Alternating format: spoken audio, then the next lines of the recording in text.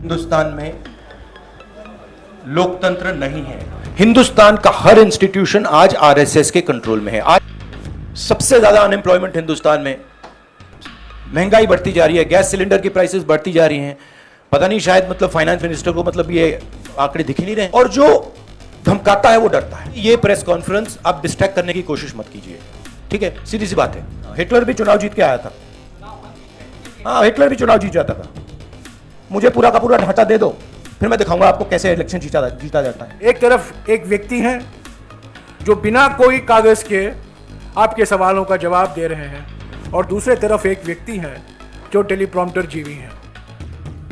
यह press conference महंगाई, बेरोजगारी और देश में जो आज हालत है उसके बारे में है। तो अब उसके बारे में बात करते हैं, क्योंकि वो हिंदुस्तान की जनता के लिए सबसे जरूरी मुद्दा है। बात समझिए, ये गांधी परिवार पे अटैक क्यों करते हैं? ये गांधी परिवार पे इसलिए अटैक करते हैं क्योंकि हम एक विचारधारा के लिए लड़ते हैं, और हमारे जैसे देश में करोड़ों लोग हैं। हम लोकतंत्र के लिए लड़ते हैं, हम कम्युनल हार्मनी के लिए लड़ते हैं, और सालों से लड़ रहे हैं। यह सिर्फ मैंने नहीं किया, सालों से हो रहा है। जान दी है मेरे परिवार ने। यह हमारी जिम्मेदारी है, रिस्पॉन्सिबिलिटी है, जो भी आप कहना चाहो, क्योंकि हम इन विचारधाराओं के लिए लड़ते हैं। जब हिंदुस्तान को बांटा जाता है, हिंदू मुसलमान को लड़ाया जाता है, हमें दर्द होता है।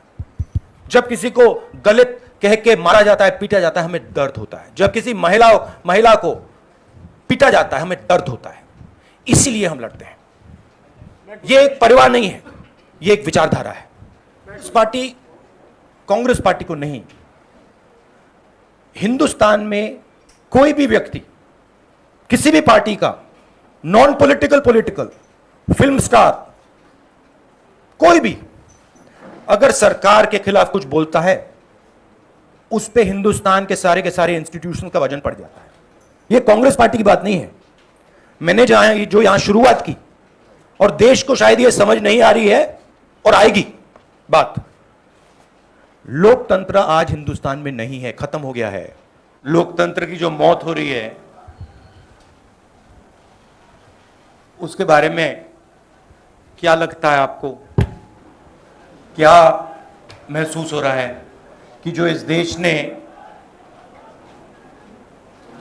70 साल में बनाया, उसको 8 साल में खत्म कर दिया गया है? आज हिंदुस्तान में लोकतंत्र नहीं है। आज हिंदुस्तान में 4 लोगों की डिक्टेटरशिप है। हम महंगाई के मुद्दे उठाना चाहते हैं, बेरोजगारी का मुद्दा उठाना चाहते हैं, जो समाज को बांटा जा रहा है उसके बारे में हम चर्चा करना चाहते हैं, यहाँ करना चाहते हैं, पार्लियामेंट हाउस में करना चाहते हैं। हमें ना बोलने दिया जाता है, पार्लियामेंट हाउस में हमें डिबेट नहीं करी जाती, अलाउ करी जाती है, हमें अरेस्ट किया जाता है। ये आज हिंदुस्तान की हालत है। जो ऑपोजिशन डेमोक्रेसी में, लोकतंत्र में लड़ती है, वो इंस्टीट्यूशंस के बल पे लड़ती है।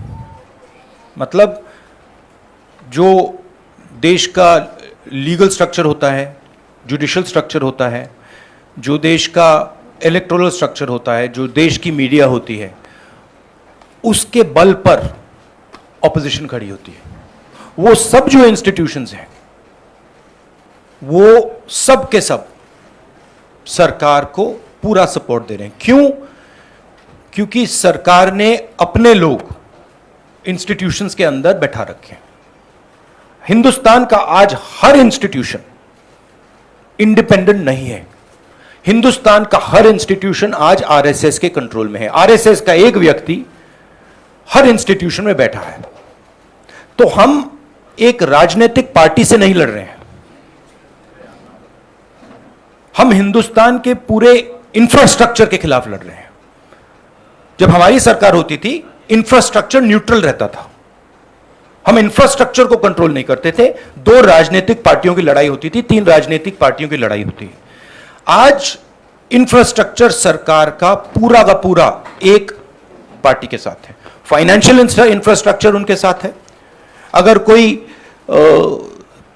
दूसरी पॉलिटिकल पार्टी को सपोर्ट करना चाहे, उस पर ईडी लगा दी जाती है, सीबीआई लगा दी जाती है, धमकाया जाता है, डराया जाता है। तो फाइनेंशियली मोनोपोली है बीजेपी की, आरएसएस की, इंस्टीट्यूशनली मोनोपोली है। इसीलिए ऑपोजिशन इफेक्टिवली अग्रेसिवली खड़ी हो रही है, बट इंपैक्ट जो होना चाहिए वो दिख नहीं रहा है। सबसे ज्यादा अनएम्प्लॉयमेंट हिंदुस्तान में, महंगाई बढ़ती जा रही है, गैस सिलेंडर की प्राइसेस बढ़ती जा रही हैं। पता नहीं शायद मतलब फाइनेंस मिनिस्टर को मतलब ये आंकड़े दिख ही रहे हैं, या उनको बताया गया है कि बस बोलते जाइए, बट ये रियलिटी नहीं है। आप किसी भी कस्बे में चले जाइए, किसी भी गांव में चले जाइए, किसी भी शहर में चले जाइए, पूछिए महंगाई की क्या हालत है, आपको बताएंगे कि सबसे ज्यादा आज महंगाई है। बेरोजगारी बढ़ती जा रही है, हिंदुस्तान की सरकार कहती है सच्चाई नहीं है, महंगाई बढ़ती जा रही है। हिंदुस्तान की सरकार, उनकी जो फाइनेंस मिनिस्टर हैं, कहते हैं नहीं। पूरा कम्युनिकेशन स्ट्रक्चर उनके हाथ में। जितना मैं सच्चाई बोलूंगा उतना मेरे ऊपर आक्रमण होगा।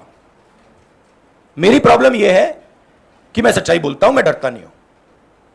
तो मैं अपना काम करूंगा, लोकतंत्र के लिए खड़े होने का काम करूंगा, महंगाई का मुद्दा उठाने का काम करूंगा, बेरोजगारी का मुद्दा उठाने का काम करूंगा, और मेरे ऊपर और आक्रमण होंगे। यह सच्चाई है। और जो धमकाता है वो डरता है। ये बात आप समझ लीजिए, जो डरता है वो धमकाता है। किससे डरते हैं? जो आज हिंदुस्तान की हालत है उससे डरते हैं। जो उन्होंने वायदे किए थे, जो उन्होंने पूरे नहीं किए, उससे डरते हैं। महंगाई से डरते हैं, बेरोजगारी से डरते हैं, जनता की जो शक्ति है उससे डरते हैं। क्यों डरते हैं? क्योंकि झूठ बोलते हैं।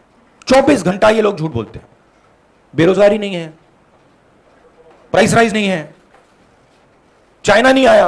एक बात मैं आपसे कहना चाहता हूं, मैंने पहले भी कह दिया, मैं इस बात को समझता हूं कि जितना भी मैं जनता की इश्यूज को उठाऊंगा, जितनी भी मैं महंगाई की बात करूंगा, अनएम्प्लॉयमेंट की बात करूंगा, कम्युनल हार्मनी की बात करूंगा, उतना मेरे ऊपर आक्रमण होगा। और मुझे अच्छा लगता है क्योंकि मैं आक्रमण से सीखता हूं। तो जितना भी है मेरे ऊपर आक्रमण करेंगे, मुझे फायदा होता है। I get great Joy when my political opponents attack me. They are not able to understand this. I get great happiness. अंदर से मुझे बहुत खुशी होती है। क्यों? क्योंकि मुझे अपने जो आइडियाज हैं, अपनी जो सोच है, अपनी जो विचारधारा है, वो और समझ आती है। मुझे बैटलफील्ड जो है वो और समझ आती है। लड़ाई क्यों हो रही है मुझे वो समझ आता है, और उससे मुझे बहुत बहुत खुशी होती है। आप एक काम कीजिए, अगर आपको मौका मिले, जो ईडी ऑफिसर्स ने मुझे इंटेरोगेट किया, उनसे आप जाके बात कीजिए, वो आपको बता देंगे क्या हुआ उस कमरे में।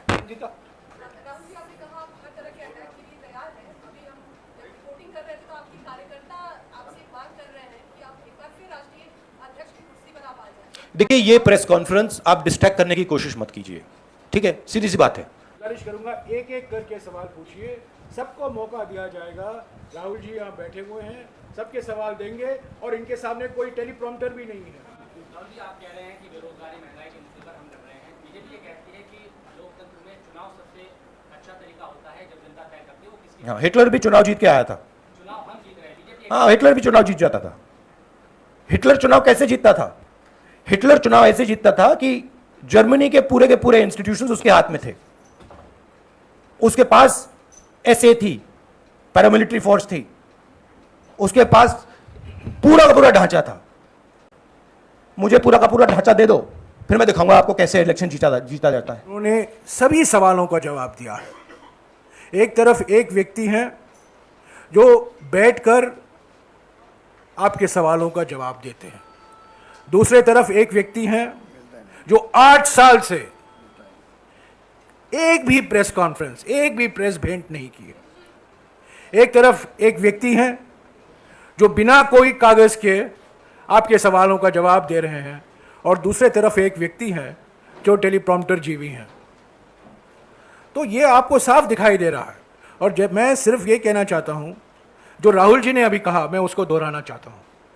सबसे मुख्य बात जो राहुल जी ने कही मेरे विचार में, उन्होंने ये कहा जो धमकी देते हैं वो डरते हैं, जो राजनीतिक प्रतिशोध में विश्वास रखते हैं वो डरे हुए हैं, और जो लोगों को डराते हैं और जो चर्चा से भागते हैं, जनता के मुद्दों से भागते हैं, वो डरे हुए हैं। ये उनका मुख्य संदेश है। शुक्रिया।